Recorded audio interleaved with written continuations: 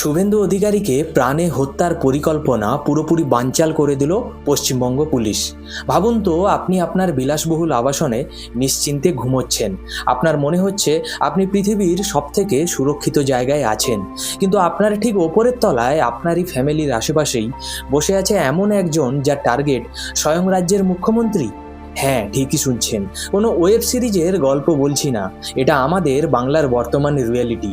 মাত্র কয়েকদিন আগে বর্ধমানের অভিজাত রেনোসা টাউনশিপ থেকে এমন এক জয়সী মোহাম্মদ জঙ্গিকে বেঙ্গল এসটিএফ এবং সদ্য গঠিত এটিএস গ্রেপ্তার করেছে, যার ব্লুপ্রিন্ট শুনলে আপনার রক্ত হিম হয়ে যাবে। ছেলেটার নাম হামিম মণ্ডল, কাজ করত হাওড়ার একটা সাধারণ গেঞ্জি কারখানায়। কিন্তু এই সাধারণ মুখোশের আড়ালে সে ছিল কাশ্মীরের কুখ্যাত সাজ্জাদ ভাট গ্যাংয়ের স্লিপার সেল, যার প্রধান টার্গেট কি জানেন? পশ্চিমবঙ্গের বর্তমান মুখ্যমন্ত্রী শ্রী শুভেন্দু অধিকারী। কিভাবে একটা লোক হাওড়ার পিলখানা থেকে সোজা পাকিস্তানের আইএসআই হ্যান্ডেলারদের সাথে যুক্ত হলো? কেন টার্গেট করা হলো রাজ্যের নতুন মুখ্যমন্ত্রীকে? আর সব থেকে বড় প্রশ্ন, বিগত 15 বছর ধরে কারা এই জেহাদিদের ওভারগ্রাউন্ড ওয়ার্কার হিসেবে বাংলায় সে প্যাসেজ দিয়ে আসছিল? কারা এদের ভোটার কার্ড, আধার কার্ড বানিয়ে দিয়ে বাংলার মাটিকে বারুদের স্তূপে পরিণত করেছে? আজকের ভিডিওতে সমস্ত তথ্য, সমস্ত প্রমাণ আমি আপনাদের সামনে উন্মুক্ত করব। ভিডিওটা শেষ পর্যন্ত দেখুন, কারণ আজকের পর আপনাদের চারপাশের মানুষজন সম্পর্কে আপনার ধারণা পুরোপুরি বদলে যাবে। শুরুতেই আপনাদের হামিম মণ্ডলের ব্যাকগ্রাউন্ডটা একটু ক্লিয়ার করি। এই হামিম মণ্ডলের আদি বাড়ি বর্ধমানের মন্তেশ্বরের কুসুম গ্রামে। হাওড়ার পিলখানায় একটি ভাড়া বাড়িতে থাকতো এবং সে তার বাবার সাথে বারকোড বা কিউআর কোড স্ক্যানারের কারখানায় কাজ করত। কিন্তু মে মাসে ভোটের রেজাল্ট বেরোনোর পর যখন বাংলার পট পরিবর্তন হয়, ঠিক তখনই এই হামিম মণ্ডল তার হাওড়ার ডেরা ছেড়ে বর্ধমানের নবাব হাটের কাছে রেনেসা টাউনশিপে একটা বিলাসবহুল ফ্ল্যাট ভাড়া নেয়। প্রশ্ন হলো, হাওড়াতে ব্যবসা থাকলে বর্ধমানের এরকম একটা ভিআইপি আবাসনে মাসে 15,000 টাকা দিয়ে কেন সে ফ্ল্যাট ভাড়া নিল? এর উত্তর লুকিয়ে আছে একটা পারফেক্ট কভার আপ বা ছদ্মবেশের মধ্যে। রেনেসা টাউনশিপ এমন একটা জায়গা যেখান থেকে 2 কিলোমিটার দূরে খাগড়াগড়। হ্যাঁ, সেই খাগড়াগড় যেখানে 2014 সালে বিস্ফোরণ ঘটেছিল। এই টাউনশিপ একদম 19 নম্বর জাতীয় সড়কের গা ঘেঁষে, অর্থাৎ কোনো মিশন শেষ করে বা পুলিশি গন্ধ পেলে মুহূর্তের মধ্যে হাইওয়ে ধরে ঝাড়খণ্ড, বিহার বা দুর্গাপুরের দিকে পালিয়ে যাওয়া যায়। আবাসনের সিকিউরিটির অবস্থা এতটাই খারাপ যে কে ঢুকছে কে বেরোচ্ছে তার কোনো লগবুক মেনটেন করা হতো না। গোয়েন্দা সূত্রে জানা যাচ্ছে, সোশ্যাল মিডিয়ার বিভিন্ন চরমপন্থী গ্রুপ ঘাঁটতে ঘাঁটতে হামিমের পরিচয় হয় কাশ্মীরের কুখ্যাত জঙ্গি সাজ্জাদ ভাট গ্যাংয়ের হ্যান্ডেলার জাহিদের সাথে। এরপর হোয়াটসঅ্যাপ এবং অন্যান্য সিক্রেট মেসেজিং অ্যাপের মাধ্যমে শুরু হয় ব্রেন ওয়াশ। হামিমকে রীতিমতো পাকিস্তানে নিয়ে গিয়ে ট্রেনিংও দেওয়া হয়। সে হয়ে ওঠে আইএসআই এর হাতের পুতুল। কিন্তু এই জয়সী মোহাম্মদ গ্যাং তাকে ফাইনাল অ্যাসাইনমেন্ট দেওয়ার আগে একটা টেস্ট বা পরীক্ষা দিতে বলেছিল। জানেন সেই পরীক্ষাটা কি ছিল? প্রমাণ করতে হবে যে হামিম সত্যি বড় কোনো নাশকতা করতে সক্ষম। আর এই পরীক্ষার জন্য সে ছক কষেছিল রাজ্যের বর্তমান মন্ত্রী এবং হাওড়ার বিধায়ক উমেশ রায়ের পরিবারের একজন সদস্যকে কিডন্যাপ করবার। এসটিএফ এর হাতে আসা হোয়াটসঅ্যাপ চ্যাটে এই ভয়ঙ্কর ব্লুপ্রিন্ট পরিষ্কারভাবে ধরা পড়েছে। উমেশ রায়ের পরিবারের সদস্যকে কিডন্যাপ করাটা ছিল স্রেফ একটা ট্রেলার। হামিম মণ্ডলের আসল মিশন ছিল পিকচার, আর সেই পিকচারের নাম মুখ্যমন্ত্রী শুভেন্দু অধিকারীকে হত্যা করা। এসটিএফ যখন হামিমকে জিম থেকে গ্রেপ্তার করে এবং তার ল্যাপটপ, মোবাইল আর হার্ড ডিস্ক সিজ করে, তখন যে তথ্যগুলো বেরিয়ে আসে তা শুনলে আপনি চমকে যাবেন। গত 9 জুলাই থেকে মুখ্যমন্ত্রী শুভেন্দু অধিকারী কোথায় যাচ্ছেন, কোন রুট ব্যবহার করছেন, কোথায় মিটিং করছেন, তার minute to minute location track করে কাশ্মীরের হ্যান্ডেলারদের কাছে পাঠাচ্ছিল এই হামিম। কেন শুভেন্দু অধিকারী টার্গেট? এখানে আমাদের একটু পলিটিক্যাল এবং জিওপলিটিক্যাল ইকুয়েশনটা বুঝতে হবে। বাংলার নতুন সরকার আসার পর মুখ্যমন্ত্রী শুভেন্দু অধিকারী এবং স্বরাষ্ট্রমন্ত্রী অমিত শাহের নেতৃত্বে একটি কড়া সিদ্ধান্ত নেওয়া হয়। তৈরি হয় Bengal ATS, anti terrorist squad, border fencing বা সীমান্ত সুরক্ষায় জিরো টলারেন্স নীতি গ্রহণও করা হয়। শুভেন্দুবাবুর ভাই দিব্যেন্দু অধিকারী যেমনটা সংবাদ মাধ্যমে বলেছেন, সেটা হলো বাংলায় সনাতনী সরকার প্রতিষ্ঠিত হয়েছে, আর এর ফলে অ্যান্টি ন্যাশনাল শক্তিদের সব থেকে বেশি গায়ে জ্বালা ধরেছে। যেই সরকার এতদিন ভোট ব্যাংকের জন্য এই দেশবিরোধী শক্তিগুলোকে তোষণ করে এসেছে, সেই ইকোসিস্টেমটা এক ধাক্কায় ভেঙে গুড়িয়ে দিয়েছেন বর্তমান মুখ্যমন্ত্রী শুভেন্দু অধিকারী। আর এটাই আইএসআই এবং জয়সী জঙ্গিদের রাগের কারণ। তারা বুঝতে পেরেছে এই লোকটা ক্ষমতায় থাকলে বাংলায় তাদের স্লিপার সেলগুলোর অস্তিত্ব মুছে যাবে। তাই টপ লিডারশিপকে সরিয়ে দিয়ে পুরো সিস্টেমটাকে ডিস্টেবিলাইজ করবার এটাই হলো তাদের ব্লুপ্রিন্ট। এবার আসুন মূল খেলাটা বুঝি। জিওপলিটিক্সে একটা কথা খুব পপুলার, সেটা হলো ডিপ স্টেট। পাকিস্তানের ইন্টেলিজেন্স এজেন্সি আইএসআই এবং তাদের মদতপুষ্ট জঙ্গি সংগঠনগুলো ভারতের বর্ডার স্টেটগুলোতে এই ডিপ স্টেট থিওরি কাজে লাগায়। যে সাজ্জাদ ভাট গ্যাংয়ের হয়ে হামিম কাজ করেছিল, মনে আছে এই সাজ্জাদ ভাটকে? 2019 সালের পুলওয়ামা হামলায় আর্মিদের যে কনভয়ে আরডিএক্স ভর্তি গাড়ি ধাক্কা মেরেছিল, সেই পুরো লজিস্টিক্স সাপোর্টের মাস্টারমাইন্ড ছিল এই সাজ্জাদ ভাট।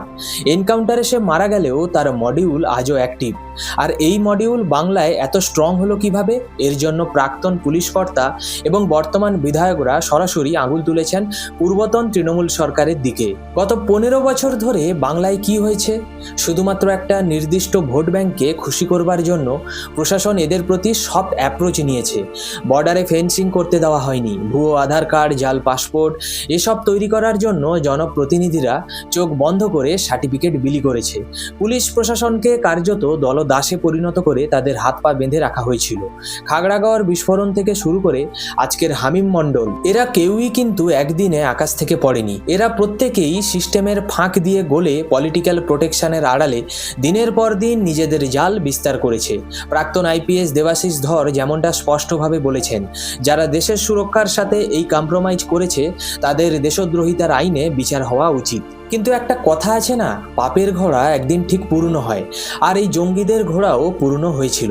বাংলা সরকার পাল্টানোর সাথে সাথেই পুরো পুলিশ প্রশাসনের ডিএনএ যেন বদলে গেল। ভাবুন, যে পুলিশ এতদিন পলিটিক্যাল প্রেসারে হাত গুটিয়ে বসে থাকতে বাধ্য হতো, তারাই এবার ফ্রন্ট ফুটে। কিভাবে? কেন্দ্রীয় স্বরাষ্ট্রমন্ত্রী অমিত শাহের কড়া নির্দেশে মাত্র 1 মাসের মধ্যে বাংলায় তৈরি করা হলো বেঙ্গল এটিএস বা অ্যান্টি টেরোরিস্ট স্কোয়াড। এটা কোনো সাধারণ স্কোয়াড নয়, এটা ছিল টেরোরিজম রুখে দেওয়ার একটা মাস্টার স্ট্রোক।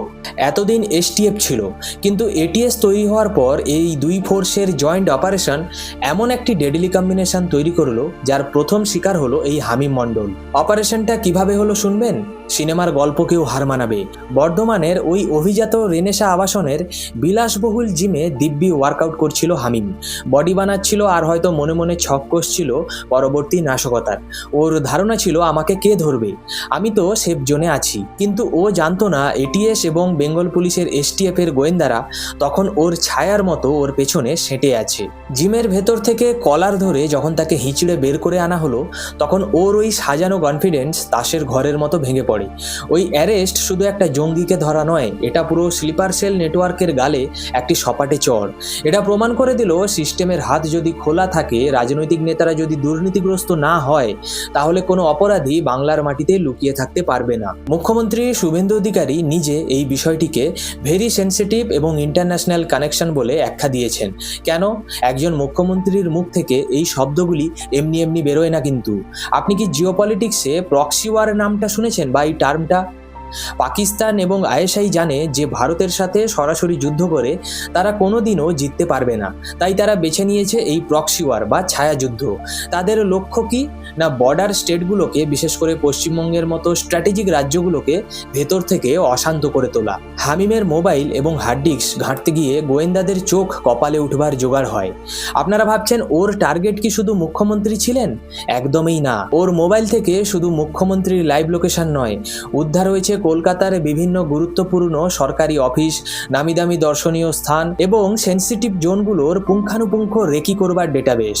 একবার ভাবুন তো, কলকাতার দর্শনীয় স্থান বা সরকারি অফিসগুলো রেকি এরা কেন করছিল?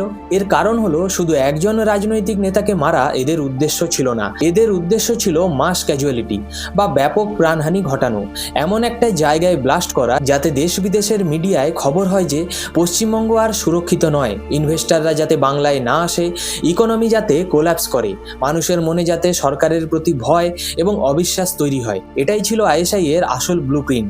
একেই বলে ডিপ স্টেটের সাইকোলজিক্যাল ওয়ারফেয়ার। আর ঠিক এই কারণেই বিষয়টার গভীরতা এবং আন্তর্জাতিক যোগসূত্র দেখে রাজ্য পুলিশের পাশাপাশি এনআইএ অর্থাৎ ন্যাশনাল ইনভেস্টিগেশন এজেন্সিকেও এই তদন্তে যুক্ত করা হচ্ছে। কারণ এতে শুধু একটা রাজ্যের ল অ্যান্ড অর্ডারের ইস্যু নেই, এটা ডাইরেক্ট ন্যাশনাল সিকিউরিটি বা জাতীয় সুরক্ষার প্রশ্ন।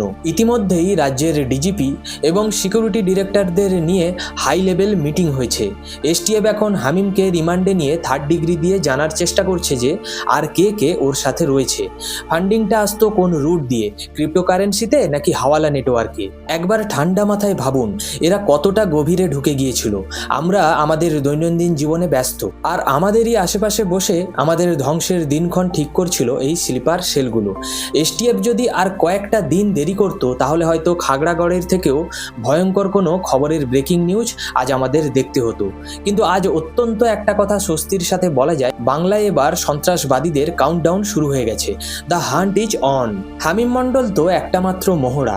এসটিএফ এর জালে সে আজ ধরা পড়েছে, কিন্তু প্রশ্ন হলো এরকম আরও কত হামিম আমাদের চারপাশে, আমাদের ফ্ল্যাটের ওপর তলায় বা আপনার পাড়ার মোড়ে লুকিয়ে আছে? আজকের এই ঘটনা আমাদের দুটো বড় শিক্ষা দেয়। প্রথমটি হলো ন্যাশনাল সিকিউরিটি বা জাতীয় সুরক্ষা নিয়ে রাজনীতি করা বন্ধ করতে হবে। দেশ থাকলে তবেই তো পলিটিক্স হবে। দ্বিতীয় হলো নাগরিক হিসেবে আমাদেরও চোখ কান নাক খোলা রাখতে হবে। আপনার আশেপাশে কোনো সন্দেহজনক লোক বাড়ি ভাড়া নিলে ভেরিফিকেশন ছাড়া তাকে জায়গা দেবেন না।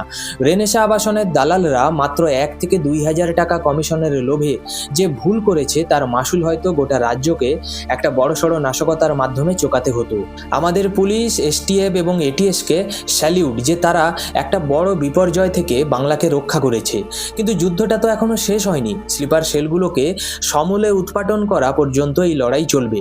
আপনাদের কি মনে হয় পূর্বতন সরকারের এই ভোট ব্যাংকের রাজনীতির জন্যই কি আজ বাংলাকে এই দিন দেখতে হচ্ছে? আর বর্তমান সরকারের এই অ্যান্টি টেরোরিস্ট স্কোয়াড, যাকে আমরা এটিএস বলছি, ওটা কি পারবে বাংলাকে পুরোপুরি জঙ্গিমুক্ত করতে? কমেন্ট করে অবশ্যই আপনার মতামত জানান। ভিডিওটি ইনফরমেটিভ এবং গুরুত্বপূর্ণ মনে হলে শেয়ার করুন আপনার পরিচিতদের সাথে, যাতে সবাই অ্যালার্ট হতে পারে। চ্যানেলটি সাবস্ক্রাইব করে বেল আইকনটি প্রেস করে রাখুন। দেখা হচ্ছে পরের ভিডিওতে নতুন কোনো ইনভেস্টিগেশন নিয়ে। ততক্ষণ পর্যন্ত সতর্ক থাকুন, সুরক্ষিত থাকুন। জয় হিন্দ, বন্দে মাতরম।